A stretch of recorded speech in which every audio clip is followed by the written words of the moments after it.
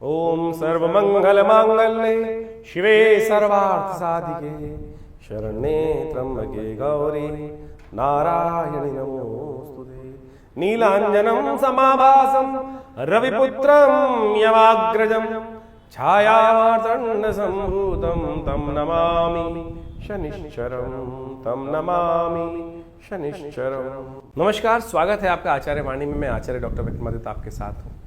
मिथुन राशि वालों के लिए जो अभी एक योग बना हुआ है, मंगल और शनि की षडाष्टक युति, आपकी राशि के दृष्टिकोण से मंगल महाराज इस वक्त आपकी राशि के तृतीय भाव में चल रहे हैं, केतु वहाँ साथ में विराजमान है, राहु महाराज सामने दशम भाव में, नवम भाव में बैठे हुए हैं भाग्य में जाकर, और खासतौर पर शनि जो हैं वो बैठे हुए हैं आपके दशम भाव में। अब मंगल अपनी 8वीं दृष्टि से, मंगल की दृष्टि चौथे, 7वें और 8वें में होती है, और यहाँ मंगल की दृष्टि जो पड़ रही है वो पड़ रही है विशेष तौर पर शनि के ऊपर। शनि कतई खराब नहीं है, शनि बहुत बढ़िया स्थिति में बैठे हुए हैं, लेकिन यहाँ पर आपकी राशि के दृष्टिकोण से जो स्थिति बनी हुई है आलस, पराक्रम भाव में केतु के साथ मंगल आने के योग के कारण से सही दिशा में सही पराक्रम हो नहीं पाएगा। भाग्य में जाकर राहु की दृष्टि चल गई है, तो ऐसे में आपके साथ समस्या केवल है कि लाभ सफलता मिलने के योग पूरी तरह से तैयार है। आप सही मार्ग में सही जगह पर पुरुषार्थ, क्या होता है ना, कील ठोकनी है। कील ठोकने के लिए हथौड़ी जब चले तो क्या होता है कि मानसिक तौर पर एक बिल्कुल तारतम्य में बैठ जाना चाहिए, हाथ बिल्कुल ऐसा पड़ना चाहिए कि जो कील की टोपी पे पड़े तो वो कील बिल्कुल सीधी तरह से कम एफर्ट में घुस जाएगी नीचे।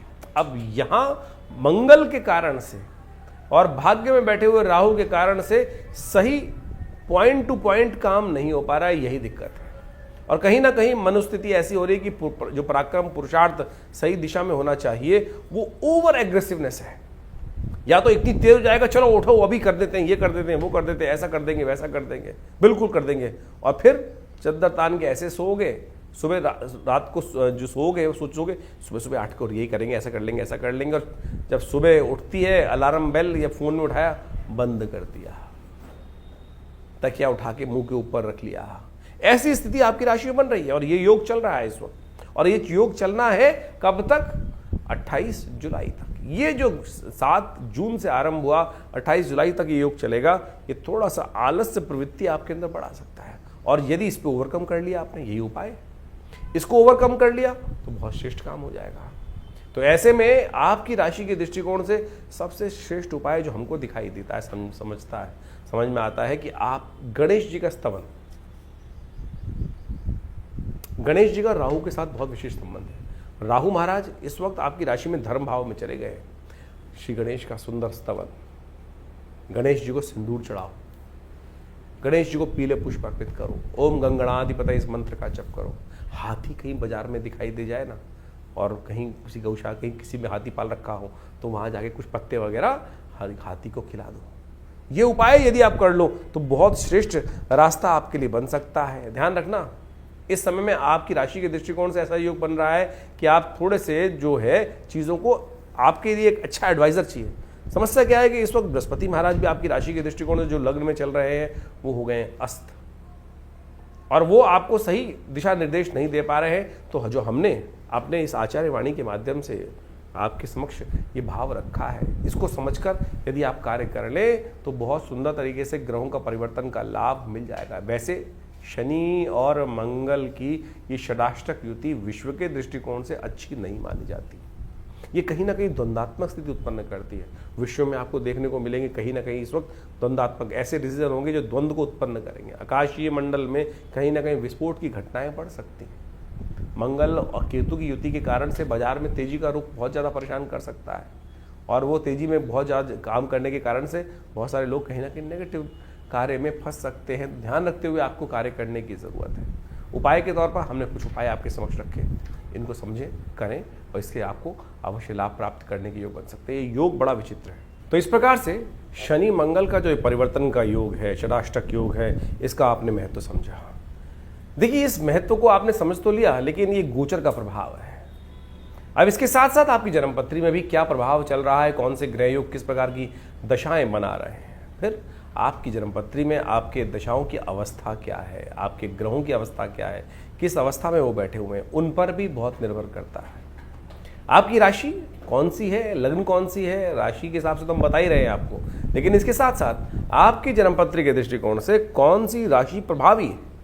कई बार किन्हीं व्यक्तियों की कुंडलियों में लग्न कुंडली प्रभावी होती है, जो लग्न दिन में करीब करीब 12 लग्न होती हैं और 12 राशियों के साथ 12 लग्न बन जाती हैं, तो उनका भी बड़ा अद्भुत महत्व होता है।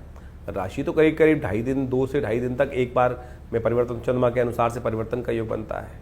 तो कई बार कई लोगों का प्रश्न आता है कि हमारी राशि का कॉन्सेप्ट हमसे मिलता नहीं है। देखिए, उसके कारण से देखना पड़ेगा कि आपकी जन्मपत्री में क्या वो लग्न राशि या जन्म राशि या चंद्र राशि, सूर्य राशि, कौन सी राशि से प्रभावित कुंडली आपके लिए उपयुक्त है, किसको कौन सा आपको देखना चाहिए।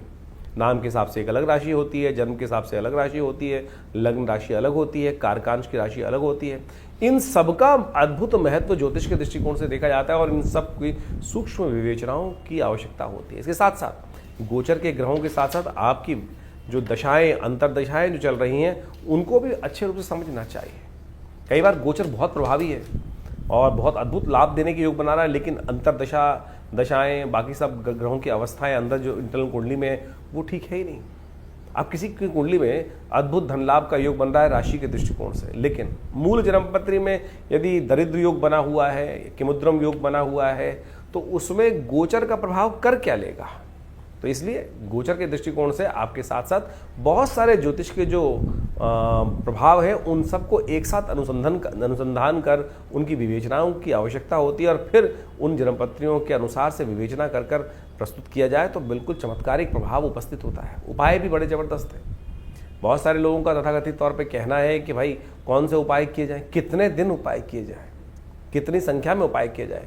देखिए, जीवन जो है वो कर्म का खेल है, सुख दुख जो है वो कर्म के खेल माने जाते हैं।